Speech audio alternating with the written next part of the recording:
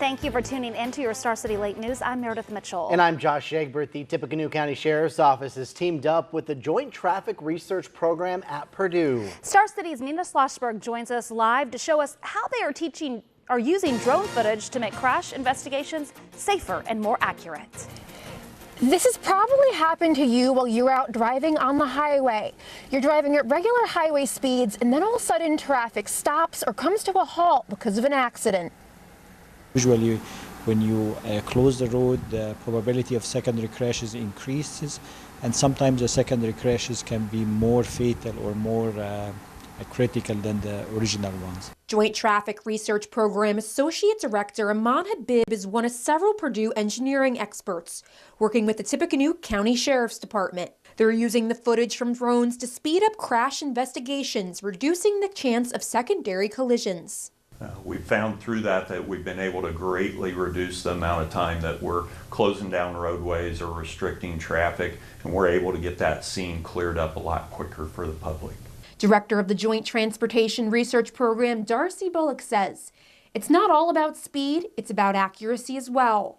You want to have precise measurements with regards to where impact area were, how long the skid marks were. Captain Hangy says telling family and friends that something tragic happened to a loved one is one of an officer's most difficult jobs. He says having accurate information makes breaking the news to families a bit easier. And while it's very difficult that they've lost somebody or had somebody seriously injured, we're able to give them some closure for that situation and help them in that healing process. He believes drones can be used in other ways as well. We're able to also use it to look for lost or endangered individuals. We're using it in areas where we're supporting our specialty teams like our special response teams and our dive teams. Bullock and Habib believe that this is just the beginning of law enforcement across the state using this technology. I'm certain in the next 2 to 3 years, there's going to be widespread use of this throughout the state and across the country. So far, the research program is mainly working with the Tippecanoe County Sheriff's Office, but they do plan to branch out to other places in Indiana. Reporting live in Tippecanoe County, Nina Schlossberg, Star City News. Now, your first weather. I did see some clouds out there earlier today, but the clouds cleared out this afternoon, got some sunshine back. Temperatures not too bad for this time of year. We made it back into the mid to low 40s across many of our hometowns. It looks like temperatures basically staying about the same as we head into our Tuesday, but a little bit warmer weather and breezier weather coming in as we head into the middle part of the work week, and could see the increasing chances of rain too by the time we get to Wednesday and Thursday. We'll talk more about that with your full forecast coming up in just a few more minutes. Thanks, Chris. Well, the fight against a stone quarry proposed near the town of Americus is far from over. Star City's Chris Mercivica has an update on the ongoing conflict between Tippecanoe County residents and the Rogers Group. Americus area residents learned the inner workings of zoning regulations and local government to stop the Rogers Group's local plans to dig for stone in the floodplain of the Wabash River. Now, members of the Americus Area Community Coalition are honing their skills at the State House. The Rogers Group's Indiana operations are based in Bloomington.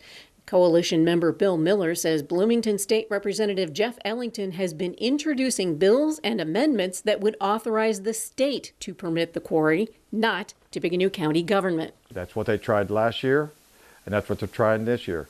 And Ellington had 2 other bills in the House this year that did not get a hearing. The battle moved to the state legislature after a 4-year local fight during which elected leaders opposed the project and Rogers Group failed to get a special exception from the Tippecanoe County Board of Zoning Appeals. Miller says the company is now trying to change state regulations over zoning, natural resources, and other topics one piece at a time. He says the coalition is relying on local legislators to catch that type of bill. However, Miller says when he's testified at the State House, legislators outside of Greater Lafayette are very familiar with the quarry and the fight. I mentioned there's a stone quarry, and a lady stopped me right there and says, and Ellington was on this committee, and says, Ellington, is this your bill from last year? Miller says he expects more amendments authorizing the quarry will crop up before the 2019 General Assembly adjourns in April. Chris Mercivica, Star City News. The America's Area Community Coalition will host its annual Spring Fling on Saturday, May 4th at Wolf's Leisure Time Campground. It will kick off at 8 a.m. with a pancake breakfast. There will be a craft fair and other activities. Proceeds support the coalition's operating expenses. Governor Holcomb and the Indiana Economic Development Corporation delegation wrapped up their time in France today. This concludes a series of meetings with global business leaders, industry associations, and government officials aimed at strengthening economic ties between Indiana and France. France is the largest European importer of Hoosier-made goods, and the new nonstop transatlantic flight between the Indianapolis International Airport and Charles de Gaulle Airport in Paris provides opportunity to connect with partners abroad. Motorists traveling US 231 south of Lafayette can expect some delays beginning next week. The bridge over the Weah Creek will be replaced. Traffic will be restricted to one lane and will be controlled with a traffic signal. The bridge should reopen to two-lane travel in October, that is. The new bridge is part of Governor Holcomb's Next Level Roads project. The plan dedicates $30 billion over the next 20 years to improve roads and bridges across the state.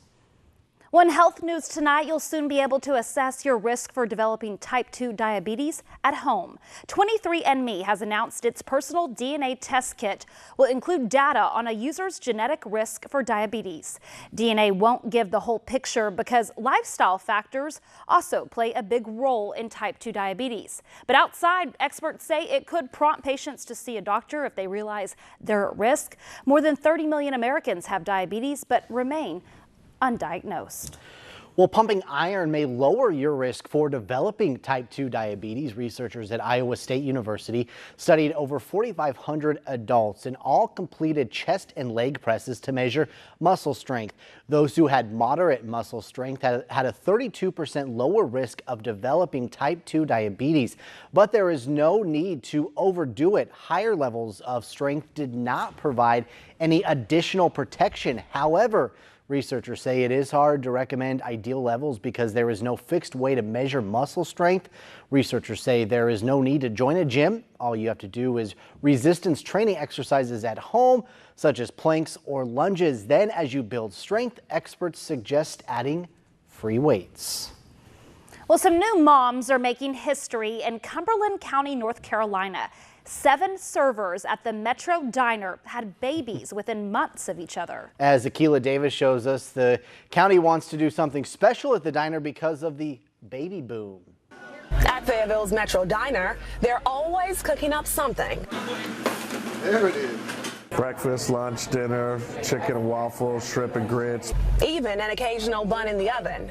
No, really. We had seven babies in 8 months from July to January. Managing partner Antonio Gonzalez told me there must be something in the water causing baby fever. Server Samantha McKnight says it's not the water. I don't know if it's the flavor of the tea or the amount of sugar we put in the tea, but maybe it's a little bit of both. But it is absolutely lip smacking good. Just months after she and 6 of her co-workers delivered their bundles of joy, they snapped this picture and posted it to social media, showcasing their beautiful babies, 4 boys and 3 girls. We were all really happy that all the babies came out perfectly fine and healthy and happy, and the moms did too. So just something to remember our time here. 5 servers recreated that photo for me. The Cumberland County Department of Public Health saw the viral picture on the ABC 11 Facebook page, announcing that they'd like to create a breastfeeding space at the diner for the new moms. I think that it's really important that breastfeeding is normalized and welcoming these moms back into their workspace. The honor given on International Women's Day, celebrating and supporting a group of women in their newfound sisterhood. They're even speculating on who will drink the infectious tea next. Brente. I'm gonna call her out. And there's another server joining the sisterhood at Metro Diner. She's due in July, having a little boy. The ladies say they are so excited to have her join the group. Lip smack and good tea. I love it. So Get funny. you every time. Don't drink it. We'll still ahead here on Star City News, which Purdue athletes earned postseason honors. And after a horrific plane crash kills 175 passengers in Ethiopia, countries now grounding the new Boeing 737 MAX planes as the same model crashed back in October. And our temperature started in the 20s this morning, but did make it back to the mid-40s late this afternoon, just about 4 degrees short of a normal high here in Greater Lafayette. Looks like we'll keep some milder weather around the next several days, but rain chances increasing by the middle part of the work week. We'll talk about it when we come back.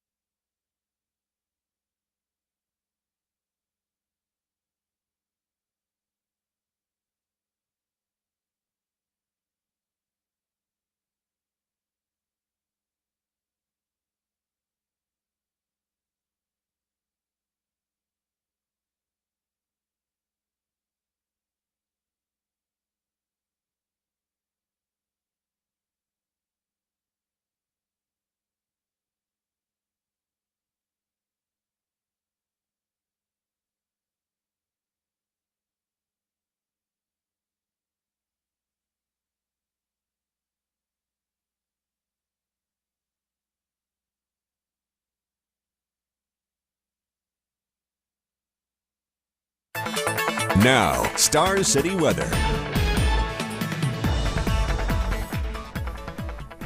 And welcome back, everyone. A good Monday evening to us. We did see temperatures make it into the low to mid 40s late this afternoon. Those temperatures still about where they should be, maybe a couple degrees below our normal highs for this time in March. But now with clear skies out there, we're already dropping back into the 30s. Our current temperatures are in the low to mid 30s right now. We're at 36 in Greater Lafayette, 34 in Kokomo, 37 down in Indianapolis right now, 33 in Fowler, and 35 in Covington.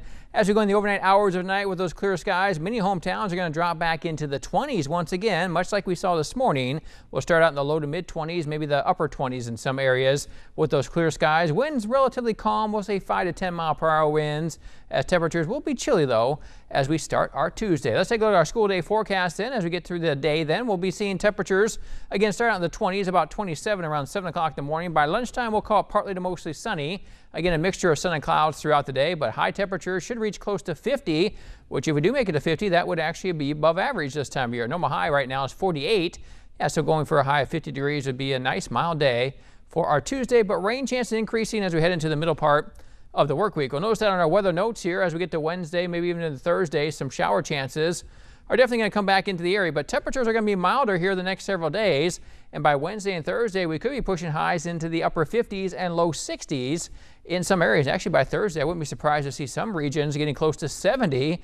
A nice little taste of spring here. But again, with the warmer and mild weather and the little bit of breeze that's going to pick up as well, the winds will start to pick up Wednesday and Thursday, bringing that warm and very unstable air into our region, meaning we'll have some shower chances not only for Wednesday, but probably into Thursday as well, with some passing showers in the forecast. But not much going on for your Tuesday. Again, looks like mainly seeing partly to mostly cloudy skies as we head to Tuesday afternoon across much of greater Lafayette. But again, here's those shower chances are already developing over in parts of Iowa, Missouri, even western parts of Illinois, seeing those showers are already developing ahead of our next system. This will eventually push into our area then as we get to Wednesday and Thursday, bringing more rain chances back. But not only bringing the rain chances back, but windy and milder weather coming back along with that. So yeah, a little taste of spring fever here as we get to Wednesday and Thursday across greater Lafayette. We'll have warmer weather coming in and could be looking at highs at 10 to maybe 20 degrees above our normal highs. Again, our normal highs are in the upper 40s right now, so we'll be pushing upper 50s, maybe even upper 60s by Thursday afternoon. But with the mild weather and the windy weather do come some rain chances.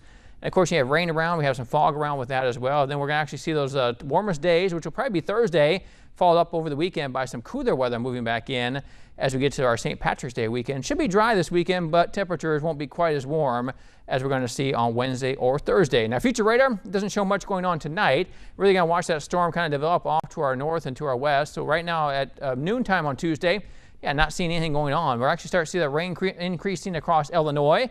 By 10 o'clock tomorrow night, then we're getting that kind of knocking on our back door here, crossing Illinois into Indiana. Seeing some scattered showers and thunderstorms at 10 o'clock on Tuesday. As we get into early Wednesday, then we'll see some showers coming through, maybe get a little heavier rain, but by 5 o'clock Wednesday night, most of the rain pushing off, and we watch for our next system, which could bring another chance of some showers into our area on Thursday with milder weather in the forecast for the middle part of the work week. For tonight, though, another cold one, 26 overnight with mainly clear skies, west-northwest winds at 10 miles per hour. Here's your 7-day forecast. We'll push for 50 as our high temperature on Tuesday. Again, partly to mostly sunny skies, maybe a little more rain chances on Wednesday or Thursday. We'll be in the upper 50s on Wednesday. The winds will pick up a little bit, bringing in the milder temperatures. 66 the high by Thursday.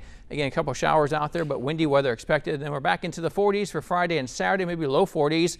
But again, weekend right now looking dry, at least for your St. Patrick's Day. 47 the high on Sunday, which is St. Patrick's Day. And then we'll see those temperatures stay in the 40s with dry weather into early next week. So we got a little taste of spring here Wednesday and Thursday. Of course, a week from Wednesday is spring actually officially starts. So maybe getting that a couple days early, but definitely looking like some mild weather here in the next couple days. A few blue numbers on there, but won't be bad during the day. No, the daytime looks pretty good. Again, the rain chances, they're going to be scattered showers, not looking like they're going to be a complete washout Wednesday or Thursday. I think we'll actually have a lot of dry weather, so you can get out and try to enjoy some of that upper 50s and low 60s. We need to dry out so we can start getting that yard work done. Yeah, that's always You know important. how much he loves that. It's always important. You got a lot. You must have a big yard. That's what I'm thinking. You got a lot of yard work to do.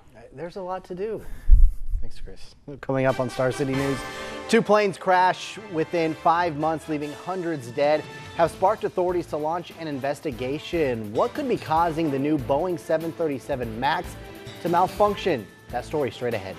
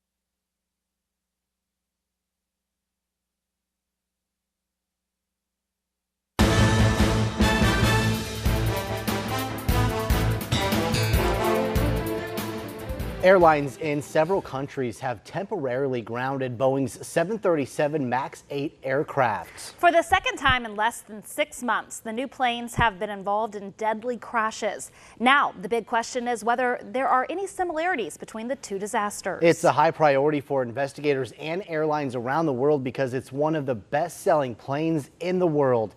Tom Costello reports. The urgent question facing investigators and airline safety teams: are there similarities between the Ethiopian Airlines crash and the crash of a Lion Air flight last year? Both planes a brand new state-of-the-art Boeing 737 MAX 8. Both planes went down just after takeoff. The crews of both planes struggled to maintain control, the Ethiopian plane transmitting erratic vertical speed readings.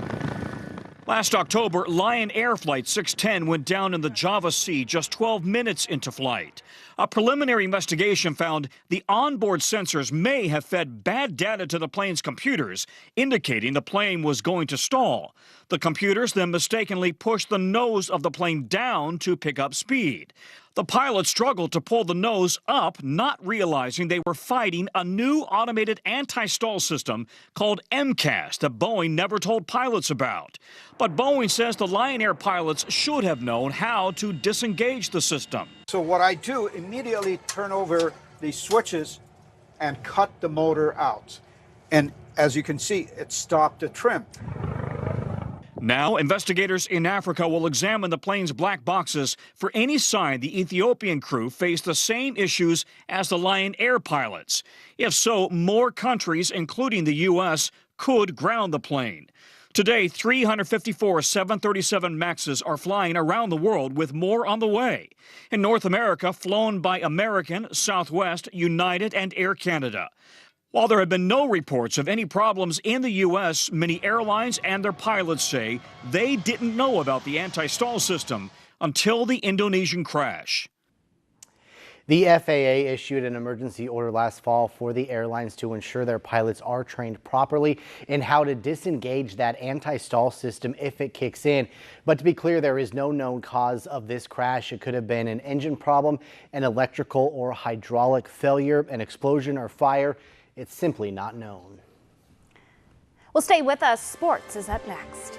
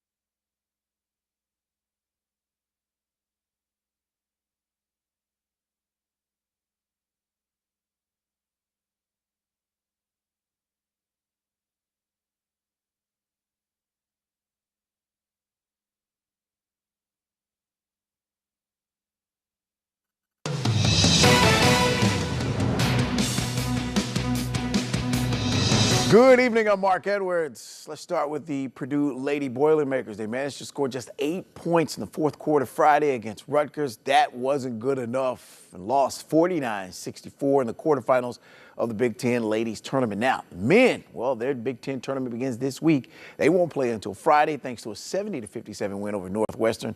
The win guaranteed at least a share of the Big Ten title. Oh, some hardware passed out today, and check it out, Big Ten. Carson Edwards heads up the first team, one of 2 unanimous selections. Ryan Klein got an honorable mention. No secret who the coach of the year would be, Matt Painter. Nigel Eastern, a beast on the boards. He gets the Windex Awards, or the Mr. Clean Awards, just under 300 rebounds on both ends of the floor. All defensive nod to the NFL now. Free agency doesn't officially begin until Wednesday, but the deals have been going on already. Matt Patricia of the Lions, focusing on defense, needs a pass rusher, and he goes out and gets one. Agrees in principle to acquire Trey Flowers from the New England Patriots. A 5-year deal expected to be worth about $16 to $17 million for the former Razorback. In 4 years in New England, Flowers compiled 164 tackles, 21 sacks, 9.5 sacks in 2018 alone during their run towards the Super Bowl. He was ranked in the top 10 in hits, hurries, and total pressures in 2018 per Football Focus. Well, how about this? The Steelers pulled the trigger on a deal to get rid of Antonio Brown, sending him to the Oakland Raiders for a 3rd and a 5th round pick. Per Brown's request, the Raiders will restructure his deal.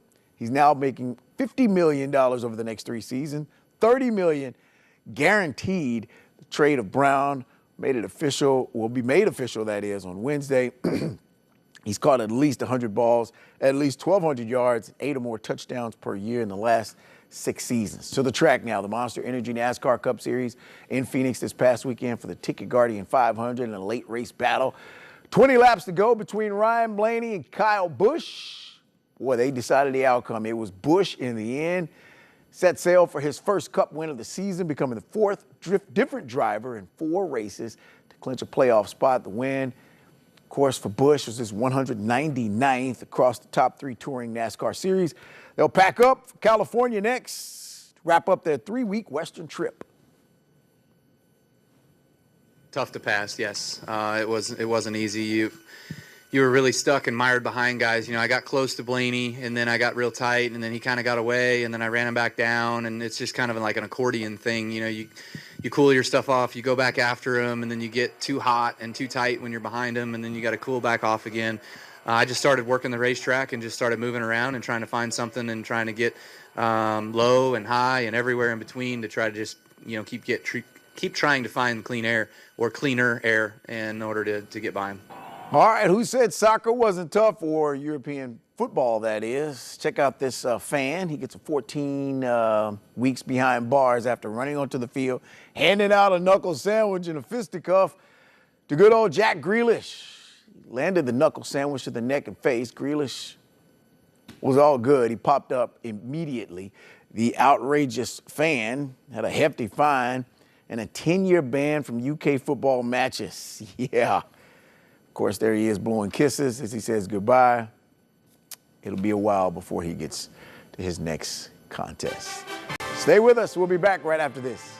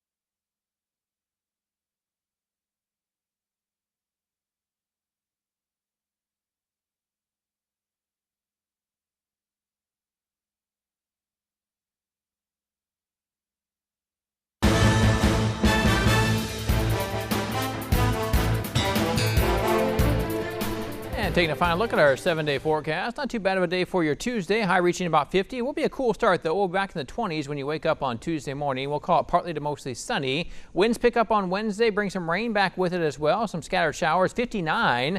The high Wednesday afternoon. Could be in the mid-60s on Thursday. Still windy, but still a couple more showers in the forecast. Maybe some scattered thunderstorms around the area as well. And I'll drop back into the 40s, so don't get too used to the warm weather, as 40s will be back in the forecast Friday, Saturday, and into Sunday. Be dry, though, this weekend, so your St. Patrick's Day plans looking pretty good. It'll be a high about 47 on Sunday, and keeping the dry weather and the relatively mild weather in the forecast into early next week. Spring is on the horizon. It's getting closer, for Just sure. about here. Looking forward to it. We can do it. Well, we thank you so much for watching the late Star City News. We'll see you right back here tomorrow. Have a great night. Thank you for watching Star City News. Follow us on Facebook and listen to us on the radio.